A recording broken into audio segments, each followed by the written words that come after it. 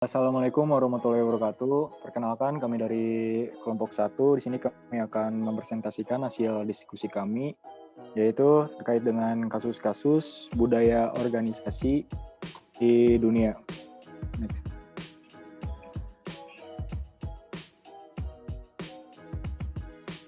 Berikut anggota kelompok kami, yaitu terdiri dari Nur Hanifah, Reza Dwi Putra, yaitu saya sendiri, Ziyadatul Hikmah, Ilham Tri Hidayat, dan Fahrana Filzah. Di sini saya sendiri yang akan memandu jalannya presentasi ini. Selanjutnya saya serahkan kepada saudari Datul, silakan. Terima kasih atas kesempatannya. Saya akan menjelaskan mengenai kasus dari perusahaan Google. Sebelum membicarakan mengenai kasus perusahaan Google, ada baiknya kita mengenal terlebih dahulu apa itu budaya organisasi. Budaya organisasi sendiri merupakan suatu sistem di mana memiliki makna bersama dalam organisasi yang menentukan pada kadar mana yang tertinggi dan bagaimana cara karyawan tersebut bertindak. Intinya bagaimana kita melakukan sesuatu di dalam suatu organisasi. Untuk selanjutnya untuk kasus perusahaan Google, di sini perusahaan Google memiliki suatu budaya organisasi di mana budaya organisasinya berupa transparansi informasi dan budaya kerja yang terkesan casual dan santai. Dengan begitu, karyawan dapat merasa bebas untuk mengutarakan ide dan menunjukkan potensi yang dimilikinya. Google juga memperlihatkan orang-orang yang cerdas dan tekun dan memilih mengutamakan kemampuan di atas pengalaman.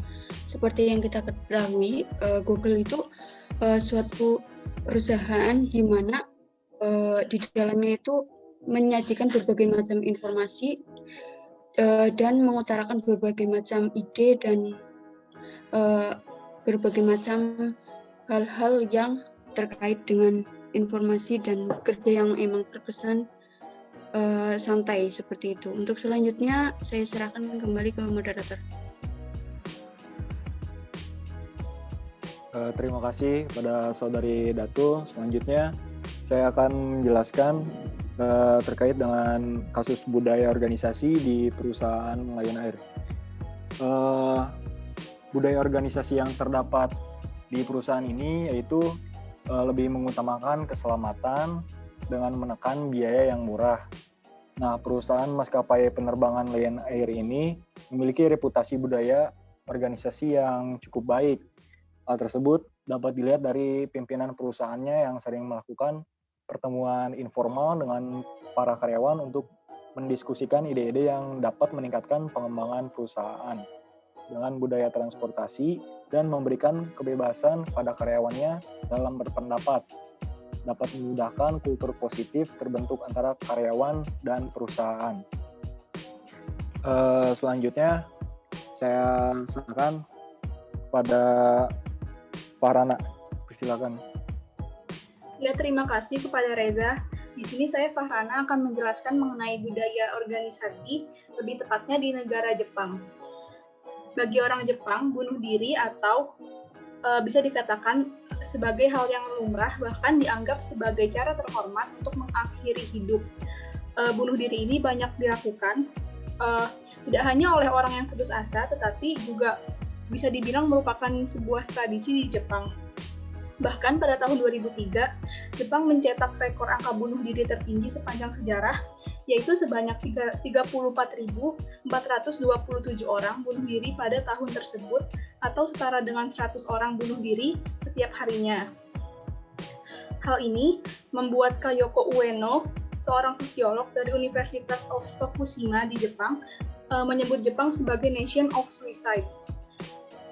Tradisi bunuh diri ini sendiri dimulai pada Kekaisaran Tokugawa sebagai wujud kesetiaan pada majikan ataupun ungkapan rasa malu karena kalah dalam peperangan.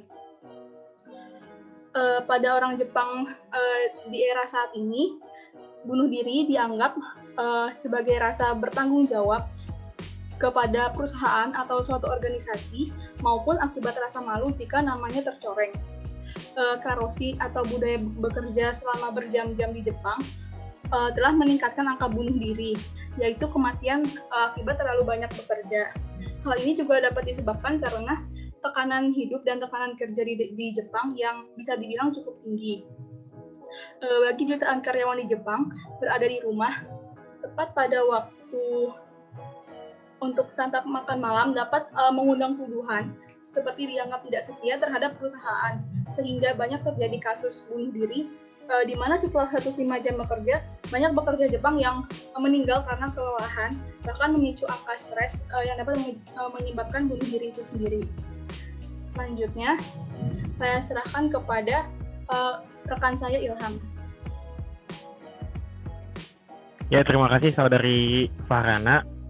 Terima kasih sebelumnya juga untuk Saudara Reza sebagai moderator. Kasus selanjutnya itu organisasi NU. Ya, yang kita tahu sendiri NU atau Nahdlatul Ulama adalah salah satu organisasi Islam terbesar dengan jumlah anggota terbanyak di Indonesia dan merupakan suatu organisasi yang basis massa di bawah kepemimpinan ulama. Keyakinan yang mendalam terhadap berbagai pemikiran, gagasan, konsep di segala hal, serta metode-metode yang diusung NU diyakini dapat menjadi kunci utama NU untuk dapat eksis dan terus bertahan hingga saat ini. Komitmen organisasi dalam NU, khususnya NU Bangkalan, sudah tidak dapat diragukan lagi. Dengan gaya kepemimpinan dan budaya organisasi yang diterapkan, dan komitmen ala santri terhadap kiai sangatlah tinggi, sehingga dalam keorganisasian MU di Bangkalan sangat mudah untuk mengontrol sumber daya manusianya. Dari ayat-ayat yang mereka pahami oleh anggota-anggota NU dan adanya keteguhan hati yang kuat atau keyakinan yang dalam, maka hal tersebut akan mendorong anggota NU untuk tetap konsisten secara lahir dan batin untuk menjalani kontrak dengan pihak NU itu sendiri. Nahdlatul Ulama Bangkalan sangatlah erat dengan budaya santri. Hal tersebut dikarenakan karena banyaknya tokoh-tokoh agama seperti kiai dan pondok pesantren yang tersebar di mana-mana. Dalam NU sendiri, para tokoh agama seperti kiai dan santri-santri yang tergabung dalam organisasi di NU Bangkalan tidak jauh dengan budaya ala santri yang mengedepankan budaya Islami dan Madura yang kental. Budaya organisasi yang mengedepankan kebersamaan secara kekeluargaan dan pendekatan emosional yang tinggi. NU atau Nahdlatul Ulama Bangkalan juga seperti organisasi yang berbasis keislaman. Tentunya tidak merupakan budaya Islam seperti halnya sholawat, tahlilan, dan berbagi antar sesama. Terima kasih, saya kembalikan ke moderator. Baik, terima kasih kepada Saudara Ilham. Mungkin saya di sini akan menambahkan sedikit terkait dengan pengertian yang sudah dijelaskan oleh Saudari Ziyadatul Hikmah. Dan penjelasan yang diberikan oleh Ilham dapat disimpulkan bahwa budaya organisasi itu merupakan serangkaian nilai norma yang berlaku yang sudah dijelaskan tadi. Jadi ketika suatu organisasi menerapkan suatu norma yang menjadi pedoman perilaku bagi seluruh anggotanya, maka hal tersebut harus ditaati oleh semua anggotanya tanpa terkecuali. Seperti yang kasus pada budaya NU, di situ mereka menerapkan budaya organisasi ala kiai, seperti contohnya santri-santri yang taat dan patuh terhadap aturan yang telah ditetapkan, yaitu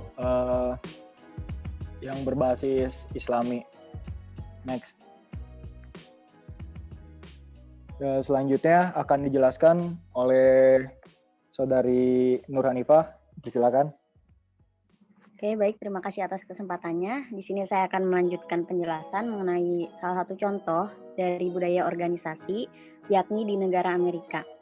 Budaya organisasi orang Amerika terkait dengan inovasi. Jadi, intinya dari perusahaan-perusahaan di Amerika, siapa yang memiliki inovasi yang lebih unggul, pastinya akan terlihat mencolok dibandingkan yang lainnya gitu.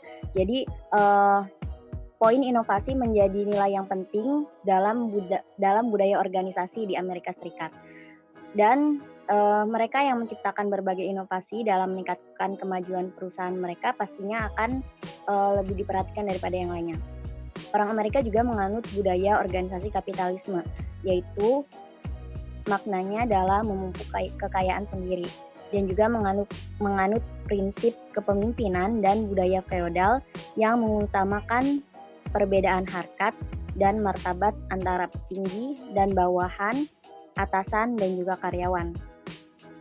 Selain itu, budaya organisasi di negara Amerika, para pekerja Amerika Serikat cenderung bekerja secara kelompok, walaupun mereka sebetulnya lebih mengutamakan untuk bekerja seorang diri. Tapi budaya bekerja secara kelompok di Amerika ini juga ikut mendominasi para pekerjanya. Nah, selain itu, Amerika juga memiliki gaya yang casual, khususnya dalam hal berpakaian, di mana menurut Deirdre Clemente, ahli sejarah budaya Amerika, yang mengatakan bahwa cara berpakaian adalah bentuk kebebasan dan nilai tersebut yang memang dijunjung oleh sebagian besar masyarakat di Amerika Serikat. Selanjutnya, saya akan menyampaikan kesimpulan dari contoh-contoh budaya organisasi yang tadi sudah dipaparkan. Dengan kita mengetahui budaya organisasi dan juga dengan adanya budaya organisasi dari suatu kelompok, akan mampu menjadi jembatan untuk berbagi pengetahuan, karena budaya organisasi ini didasari atas kepercayaan, dan salah satu sarana untuk menjadi penyebaran dari budaya organisasi ini adalah melalui sebuah komunikasi. Sekian presentasi dari kelompok kami. Jika ada saran ataupun masukan, kami sangat terbuka terhadap hal tersebut. Kami sampaikan, billahi taufiq wal hidayah. Wassalamualaikum warahmatullahi wabarakatuh.